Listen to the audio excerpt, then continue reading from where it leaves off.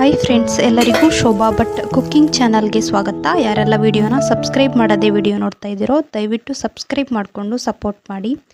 ಇವತ್ತು ನಾವು ಹತ್ತಿಕಾಯಿಂದ ಮಜ್ಜಿಗೆ ಹುಳಿ ಮಾಡೋದು ಹೇಗೆ ಅಂತ ನೋಡುವ. ತುಂಬ ಸಿಂಪಲ್ ರೆಸಿಪಿ, ತುಂಬ ರುಚಿಯಾಗಿರುತ್ತೆ.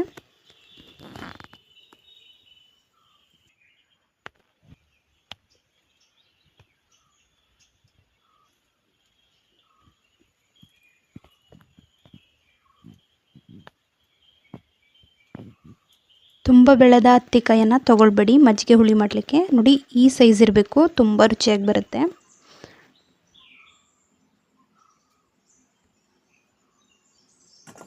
ನೋಡಿ, ಹತ್ತಿಕಾಯನ್ನು ಈ ಥರ ಬಿಡಿಸ್ಕೊಂಡು ಒಂದೊಂದೇ ಹತ್ತಿಕಾಯನ್ನು ತಗೊಂಡು ಈ ಥರ ಮಧ್ಯೆ ಕಟ್ ಮಾಡ್ಕೊಳ್ಳಿ. ಕಟ್ ಮಾಡ್ಕೊಳ್ಳುವಾಗ ನೋಡ್ಕೊಳ್ಳಿ, ಅದರಲ್ಲಿ ಇರುವೆಗಳೆಲ್ಲ ಇರುತ್ತೆ.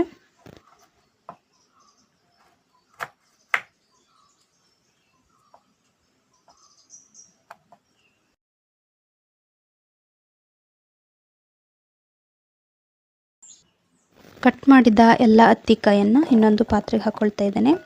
ಚೆನ್ನಾಗಿ ಕುದಿಸಿದ ನೀರನ್ನು ಹತ್ತಿಕಾಯಿಗೆ ಹಾಕಿ ಸ್ವಲ್ಪ ಹೊತ್ತು ಹಾಗೆ ಬಿಡಿ. ಹತ್ತಿಕಾಯಲ್ಲಿರುವ ಮೇಣ ಎಲ್ಲ ಹೋಗುತ್ತೆ ಈ ಥರ ಕುದಿಸಿದ ನೀರನ್ನು ಹಾಕೋದ್ರಿಂದ.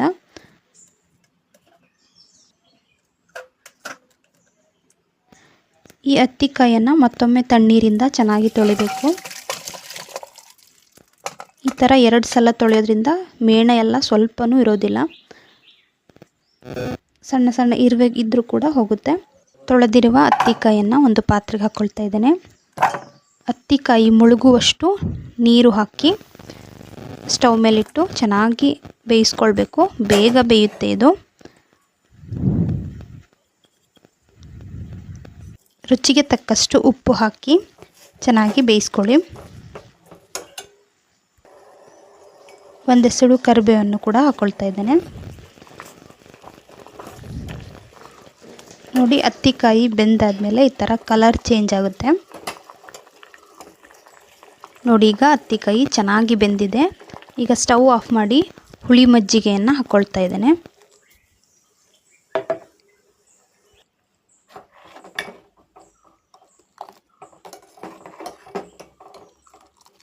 ಇದಕ್ಕೀಗ ಮಸಾಲ ರೆಡಿ ಮಾಡಿಕೊಳ್ಳುವ. ಅರ್ಧ ಭಾಗದಷ್ಟು ತೆಂಗಿನಕಾಯಿ ತುರಿಯನ್ನು ಹಾಕ್ಕೊಳ್ತಾ ಇದ್ದೇನೆ. ಖಾರಕ್ಕೆ 5 ರಿಂದ 6 ಹಸಿಮೆಣಸು, 2 ಚಮಚದಷ್ಟು ಅಕ್ಕಿನ ಹಾಕ್ಕೊಂಡಿದ್ದೇನೆ, 1 ಚಮಚದಷ್ಟು ಜೀರಿಗೆ, ಸ್ವಲ್ಪ ನೀರು ಸೇರಿಸಿ ಸಣ್ಣದಾಗಿ ರುಬ್ಕೊಳ್ಳಿ.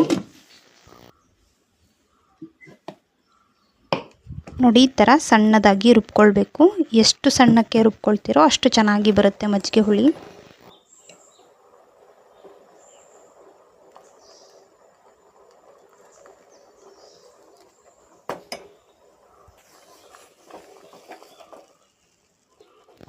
ಇದಕ್ಕೀಗ ರುಬ್ಬಿರುವ ಮಸಾಲಾನ ಸೇರಿಸ್ಕೊಳ್ತಾ ಇದ್ದೇನೆ.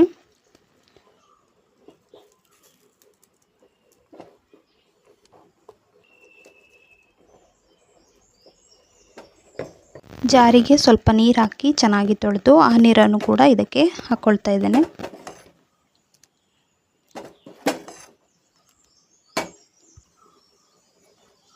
ಮಜ್ಜಿಗೆ ಹುಳಿಗೆ ತುಂಬ ನೀರು ಹಾಕಿ ತುಂಬ ತೆಳ್ಳಗೆ ಮಾಡ್ಕೊಳ್ಬೇಡಿ. ನೋಡಿ, ಇಷ್ಟು ಗಟ್ಟಿ ಇರಬೇಕು. ಮಜ್ಜಿಗೆ ಹುಳಿಯನ್ನು ಸ್ವಲ್ಪ ಕುದಿಸಿದ ಮೇಲೆ ಇನ್ನೂ ಗಟ್ಟಿಯಾಗುತ್ತೆ. ಮತ್ತು ಮಜ್ಜಿಗೆ ಹುಳಿನ ತುಂಬ ಕುದಿಸ್ಬಾರ್ದು. ಒಂದು ಕುದಿ ಬಂದ ತಕ್ಷಣ ಸ್ಟವ್ ಆಫ್ ಮಾಡಿ ಇಳಿಸಿದರೆ ಆಯಿತು. ನೋಡಿ, ಈಗ ಒಂದು ಕುದಿ ಬಂದಿದೆ. ಇದನ್ನೀಗ ಇಳಿಸುವ. ಇದಕ್ಕೊಂದು ಒಗ್ಗರಣೆ ಮಾಡುವ. ಎಣ್ಣೆ, ಸಾಸಿವೆ, ಕರಿಬೇವು, ಬ್ಯಾಡಗಿ ಮೆಣಸನ್ನು ಹಾಕಿ ಒಗ್ಗರಣೆ ಹಾಕಿದರೆ ಆಯಿತು. ತುಂಬ ರುಚಿಯಾಗಿರುತ್ತೆ.